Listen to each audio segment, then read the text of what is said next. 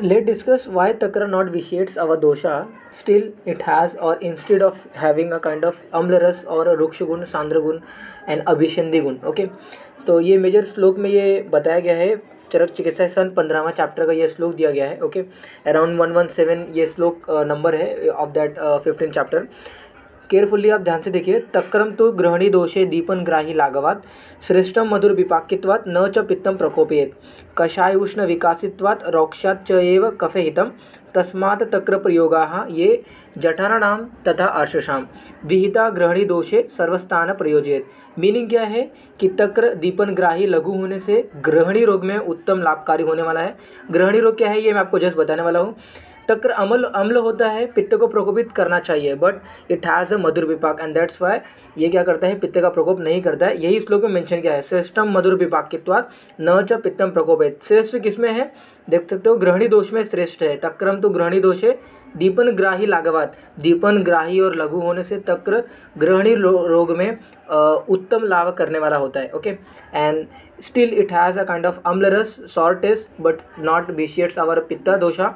पित्त दोष में आपको पता है उष्ण तीक्ष्ण अम्ल ये सभी हमारे गुण होते हैं। अगर ये गुण का कंजप्शन अगर हम करते हैं तो पित्त दोष बढ़ता है। पित्त दोष क्या होता है, विषेण होता है। एंड तक्र का उपयोग ग्रहणी अर्श अतिसार जितने भी हमारे उदर रोग है, शोथ रोग है, ये सभी कंडीशंस में लेने के लिए बोला गया है। तक्र वन मोर थिंग, जो सेल्फ मेड छाछ होता है वो आप लो तो बहुत ही बेनिफिशियल होता है। अदरवाइज जो रेफ्रिजरेटर में या फिर फर्मेंटेड या फिर जो ऑलरेडी मार्केट में जो अवेलेबल है रेफ्रिजरेटर में रखने से उसकी पोटेंसी कम हो जाती है। Okay, and that's why whenever you have a kind of ग्रहणी रोग। ना ग्रहणी रोग है क्या, ग्रहणी रोग आहार का सम्यक न लेने से, आहार का सम्यक प्रॉपर तरीके से न सेवन करने से, लाइक अति भोजन है या फिर इम्प्रॉपर डाइट पैटर्न है, लाइक कभी भी भोजन ले रहा है, कितना भी ले रहा है। Okay, and so many things, there are so many reasons behind of ग्रहणी रोगा and that leads to a kind of अग्निमांत। अग्निमांत क्या है, अग्नि बिगड़ जाती है, अग्नि दुष्ट हो जाती है। Okay, you all know again very well कि देयर आर 13 टाइप ऑफ अग्नि। ओके, 30 टाइप ऑफ अग्नि में 5 भूत अग्नि है, 7 धातु अग्नि है, एंड एक हमारी जठर अग्नि होती है। नाउ जठर अग्नि जो है ना, जठर अग्नि जो जठर अग्नि का ही पार्ट है हमारा भूताग्नि और अकांड ऑफ धातु अग्नि। डिटेल में हम कभी डिस्कस करेंगे।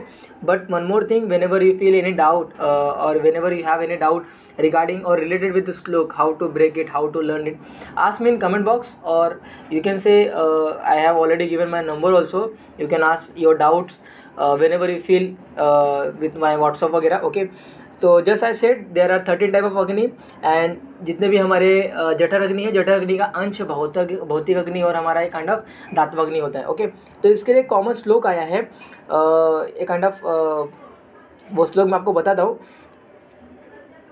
हाँ, ये देखिए, वन मोर थिंग कि जितने भी दोष जो प्रकोपित होते हैं ना, वो दो जठर अग्नि यानी कि जो हमारी धातवाग्नि है या फिर जो जठर अग्नि है या फिर भूताग्नि है, इनके प्रकोपित होने की वजह से होता है। उसके लिए एक श्लोक आया है, वो पहले देखते हैं and then after that we will read the importance of जठराग्नि श्लोक।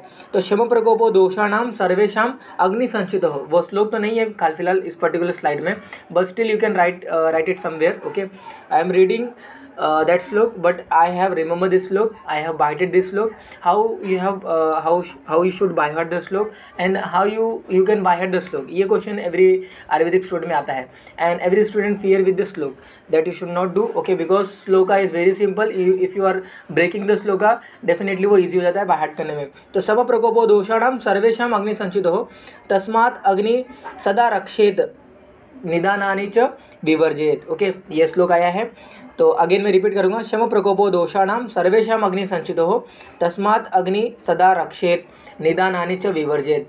तो निदानानि च विवर्जेत मतलब जो निदान है, जो इटोलॉजिकल फैक्टर है जो जठर अग्नि को दूषित करेंगे या फिर जठर अग्नि को विशेटेड करेंगे, जठर अग्नि को हैम्पर करते हैं, उनकी दुष्टि करते हैं, वो सभी फैक्टर्स आप मत कंज्यूम करो। तो वही श्लोक का मीनिंग है, सभी प्रकार के प्रकोप और प्रशमन करने का कार्य जठर अग्नि करता है। सम प्रकोपो दोषाणाम सर्वेशाम अग्नि संचित संचितो हो। ओके, सभी दोषों का विशेषण प्रशमन ये करने का काम जठराग्नि करता है। अतः उसकी समता की रक्षा में सदैव सावधान रहना चाहिए तथा अग्नि की विकृत करने वाले कारणों से बच के रहना चाहिए। ओके, तो ये इंपॉर्टेंस ऑफ आवर जठराग्नि हो गया। नाउ जैसे मैंने आपको बताया कि जो जठराग्नि का अंश सभी जो एक्स्ट्रा जो टाइप्स है जठराग्नि और भूत्वाग्नि जो हमारे हैं, या फिर जो धातवाग्नि है, वो हमारे जठराग्नि का ही अंश है। स्वस्थानस्य कायाग्नि एषा धातुषु संचिता तेषां सादाम अतिदीप्तिभ्याम धातु वृद्धि क्षयोद्भवः। ओके, ये श्लोक आया है। धातु की वृद्धि और क्षय किस पे डिपेंडेंट है? धात्वाग्नि पे डिपेंडेंट है। धात्वाग्नि क्या है? धात्वाग्नि है हर एक धातु में जो रस रक्त मांस में अस्थि मज्जा शुक्र जो धातु है, सप्त धातु का जो कॉन्सेप्ट आयुर्वेद में आया है, ये धातुओं में उनकी खुद की एक धात्वाग्नि होती है। दे हैव अ रिस्पेक्टिव धात्वाग्नि इन देयर धातु। ओके, और ये जो धात्वाग्नि है क्या है? It is a part of our जठराग्नि। तो वही श्लोक में बताया गया है, स्वस्थानस्य कायाग्नि येषां धातुषु संचिताः तेषां सादाम अतिदीप्तिभ्याम धातु वृद्धि क्षयोद्भवः। तो धातु की वृद्धि और क्षय का जो कारण होता है वो धात्वाग्नि होता है। और धात्वाग्नि क्या है? स्वस्थानस्य कायाग्नि येषां धातुषु संचिताः। तो जो जठराग्नि है, जो कायाग्नि है, वही धात्वाग्नि का जठराग्नि का एक पार्ट है धात्वाग्नि। ओके, तो जैसे मैंने आपको एक ओवरव्यू या फिर एक ब्रीफ में आपको बता दिया, आपको इससे 2-3 श्लोक भी बाहर हो जाएगा और कॉन्सेप्ट भी आपको इजीली अंडरस्टैंड हो जाएगा। तो आहार का सम्यक रूप अगर तरीके से आप सेवन नहीं करोगे, that leads to kind of अग्नि मान दिया। ओके, अग्नि बिगड़ जाता है। एंड डेफिनेटली भूत्वाग्नि, धात्वाग्नि, जठराग्नि एक बार बिगड़ गया आपका, अगर पाचक अग्नि जिन्हें हम बोल सकते हैं, जठराग्नि बोल सकते हैं, कायाग्नि जो आप बोल सकते हो, एक ही सब टर्मिनोलॉजी है। अगर ये बिगड़ गया तो डेफिनेटली धात्वाग्नि बिगड़ जाएगा। धात्वाग्नि बिगड़ गया तो धातु का सम्यक पचन नहीं होगा। And that's leads to kind of मुहुर्बद्धम मुहुर्द्रवम। ओके, मुहुर्बद्धम मुहुर्द्रवम ये वैशेषिक लक्षण है हमारा काइंड ऑफ ग्रहणी रोग का।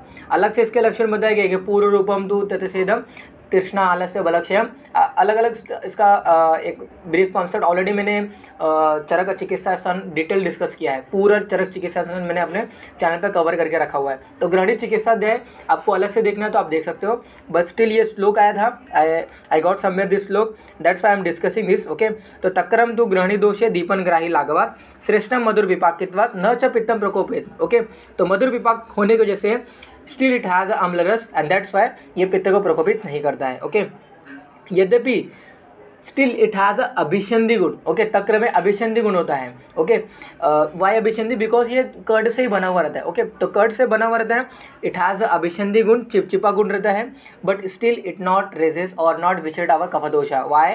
बिकॉज कषाय उष्ण विकासित्वात् रोक्षात् च एव कफहितम। कफ के लिए हितकारी कौन से गुण हैं? कषाय, उष्ण और विकासी गुण। ओके, ये सभी क्या है? विकासी। क्यों? क्योंकि कफ है स्थिर गुण से, कफ में स्थिर गुण होता है। ओके, एंड अभिसंधि है यानी कफ को बढ़ाएगा, बट कफ को बढ़ाता नहीं है बिकॉज ऑफ हैविंग अ कषाय उष्ण विकासित्वात् रोक्षात् च एव कफहितम। ओके, तो कफ को बढ़ाना चाहिए, बट कषाय उष्ण विकासी रुक्ष होने से कफ की विकृति में ये हितकारी होता है। ओके, तो यू कैन अंडरस्टैंड हियर कि एक गुण इसके अंदर ऑलरेडी है, बट इसका कॉन्ट्रारी जो अपोजिट जो गुण है वो भी इसके अंदर है, एंड दैट्स वो दूसरे गुण को नलीफाई कर दे रहा है। ओके, कषाय और रुक्ष गुण होने से तक्र को वायु की वृद्धि करनी चाहिए। तस्मात् तक्र प्रयोगाः ये जठराम तथा अर्शसाम।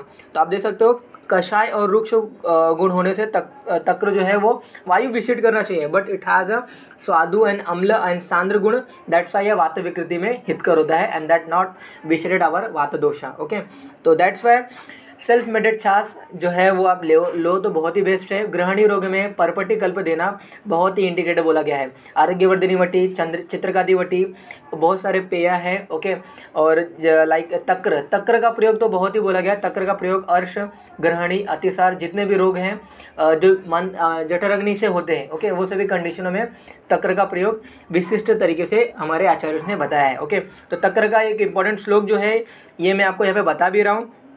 तस्मात् तक्र प्रयोगाः ये जठराणाम तथा अर्शसाम। अर्श विकार में जठर अग्नि के मांद्य को जैसे उत्पन्न हुए विकारों में भी इसको देते हैं।